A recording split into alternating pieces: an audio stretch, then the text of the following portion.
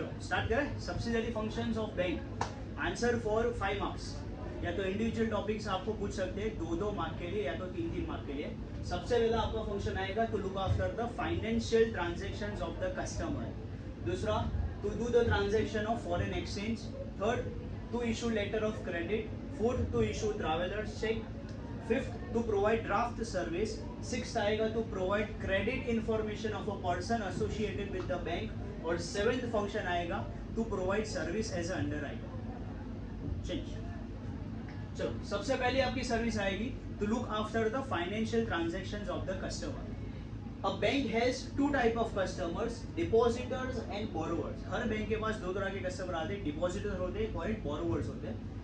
When a person writes a check in favor of some other person, amount is paid to that person by the bank on behalf of check issuer. बराबर. जब एक person check लिखता है किसी और person के favour में, तो बैंक वो पर्सन को पे कर देती है on behalf of cheque issuer. नीचे आप लिखोगे वाइस वर्सा, अदरवाइज आप लिखोगे the cheque is deposited to the receiver's account, amount is debited from the issuer and amount get credited to the receiver's account. ये आपको यहाँ पे लिख लेना है, और अगर नहीं याद रह रहा तो अपने वाइस वर्सा लिखने वाला है. And at present time bank performs various type of transactions like payment of electricity bills, phone bills, insurance premium and fund transfer from one account to another account. तो ये आपका हो गया सबसे पहला बैंक का subsidiary function to look after the financial transactions of the customer. Second function that is to do transaction associated with foreign exchange. तो सबसे पहली लाइन आपकी आएगी कि nowadays import export business is performed only via bank. आप import export के अंदर अगर आपको इंपोर्ट एक्सपोर्ट करना है तो आप किसके जरिए कर सकते हो, तो only via bank. But for import export foreign exchange is required. Import export के लिए आपको क्या चाहिए, फॉरेन एक्सचेंज चाहिए. And only the bank who have obtained the permission of Reserve Bank of India और Central Bank of India can perform the transactions of foreign exchange. तीन line का आपका आंसर है कि अगर आपको परफॉर्म करना है इंपोर्ट एक्सपोर्ट का बिजनेस तो nowadays you can perform only via bank. Import export के लिए आपको चाहिए फॉरेन एक्सचेंज, और फॉरेन एक्सचेंज वही बैंक परफॉर्म कर सकती है जिनके पास या तो रिजर्व बैंक ऑफ इंडिया की परमिशन है या तो सेंट्रल बैंक ऑफ इंडिया की परमिशन है. सेकेंड फंक्शन आपका done, that is to perform transaction of foreign exchange. Third function आएगा to issue letter of credit. Letter of credit issue करना. अब ये जो लेटर ऑफ क्रेडिट होता है ये यूजफुल होता है while you are importing something from the foreign country. Letter of credit is a letter written by one bank addressing to some other bank. एक बैंक दुनिया की कोई भी बैंक के फेवर में क्या लिखेगा, एक लेटर ऑफ क्रेडिट इशू करेगा.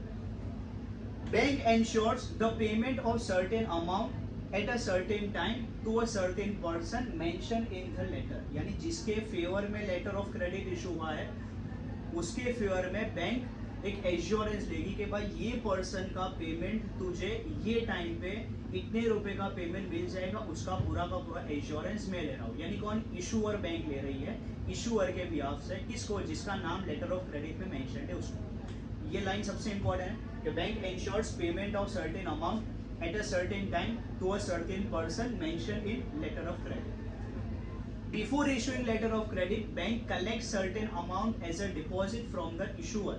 यानी जो बंदा इशूअर करवा रहा है उसके पास से बैंक डिपॉजिट के तौर पे थोड़े पैसे एडवांस मिलेगी, उसके बाद लेटर ऑफ क्रेडिट इशू करेगी. And this is most trustworthy accounting transaction. जितने भी तरह के बैंक के ट्रांजैक्शन है उसमें से सबसे सेफ, सबसे ट्रस्टवर्थी अकाउंटिंग ट्रांजैक्शन कौन सा है, that is to issue letter of credit. सबसे इंपॉर्टेंट आपका यह फंक्शन, ये सबसे पहला आएगा कि it is issued by one bank addressing to some other bank.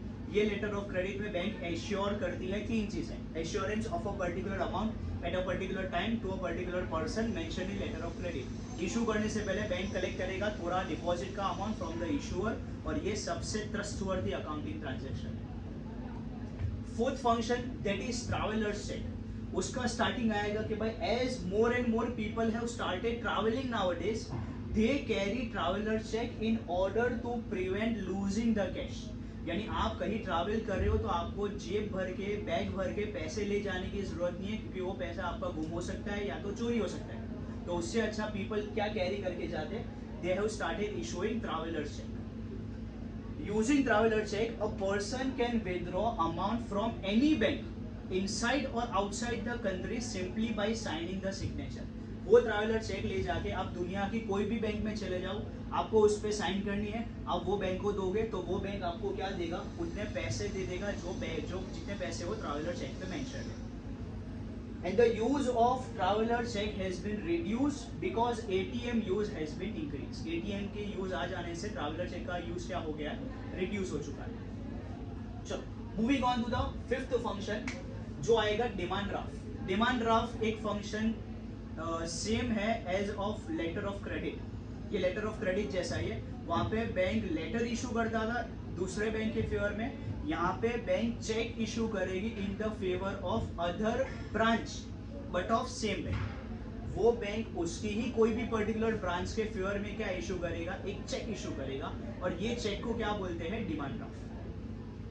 Person name is to be mentioned on demand draft in whose favour it is to be issued. यानी आपको जिसको पेमेंट करना है उसका नाम आपको आपकी बैंक को बताना पड़ेगा, तो बैंक वो नाम वो पर्सन का लिख लेगा जिसके फेवर में ये डिमांड ड्राफ्ट ये चेक इशू करना है। The sender page not only the amount mentioned on the demand draft but also the commission for the same.